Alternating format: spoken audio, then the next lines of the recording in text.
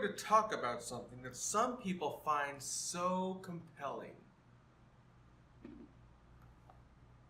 Fear.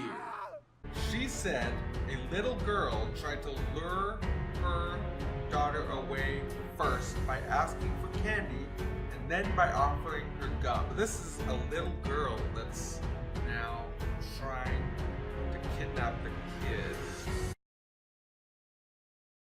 Some people like Fear. They watch it on TV and they scream their little heads off. Then they go home, shut their doors, close their blinds, and sit in the corner sucking their thumbs, I guess. I don't know. Wait, this can't be right. Sucking their thumbs?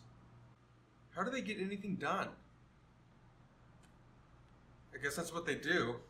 It's a culture of fear, and it's bringing us down. It's contributing to the rise of crime, depression, and anger in our society. People don't look out for each other anymore. Scare tactics in the media. Not just that. People that promote scary stories where nothing really happens. But something could have. Let's take a look at some, shall we? Polk says she was at PetSmart in the Lansdowne shopping center. She noticed a man inside the store. She didn't think any more about the man until she was in the parking lot. But she saw the man from inside the store behind her in the parking lot. She was startled and she ran back inside.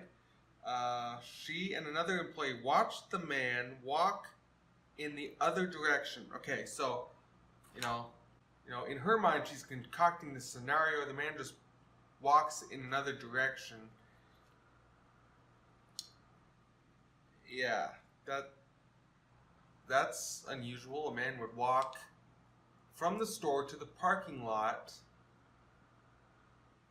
and then walk in another direction and get into the passenger side of a car on the other side of the parking lot. So he was going to get into a car, to leave the store. After some time passed, Polk says an employee walked her to her car. Once she began driving, she says the car the man was in began following her and continued to make every turn she did. Okay.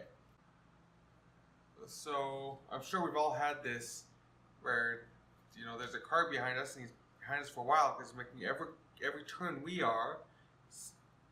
That doesn't mean anything. Doesn't mean they're following you. It just means they're going in the same direction you are.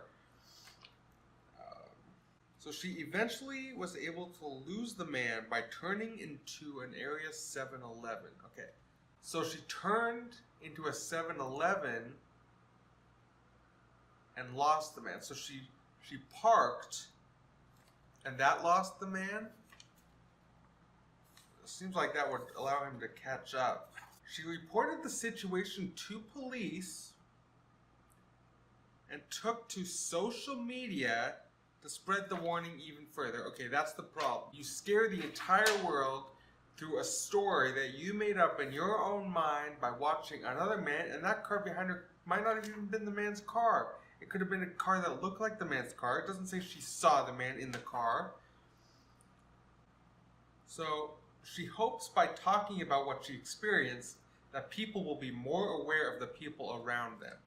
Okay, let's go for story number 2. So a Metro Moms post is going viral. That's always encouraging when that's the first thing you read. It's prompting fear of children being kidnapped and forced into human trafficking. She said a little girl tried to lure her daughter away first by asking for candy and then by offering her gum. So this is a little girl that's now trying to kidnap the kid. She then noticed what she called a strange man nearby who she said seemed to be instructing the little girl. Okay, so now we have this arbitrary adjective that she's just placing out. He's strange for some reason. Can't tell us why he's strange. It's just like a gut feeling. She notified management, but the little girl and the man quickly left the store. How dare they leave? How dare they finish their business at the store and leave while you're still busy trying to concoct this little narrative in your mind about them? Law enforcement officials believe the woman is telling the truth, and they don't deny her fear is real. However, they said the person in question was likely not trying to kidnap her child. At least some police officers have something right.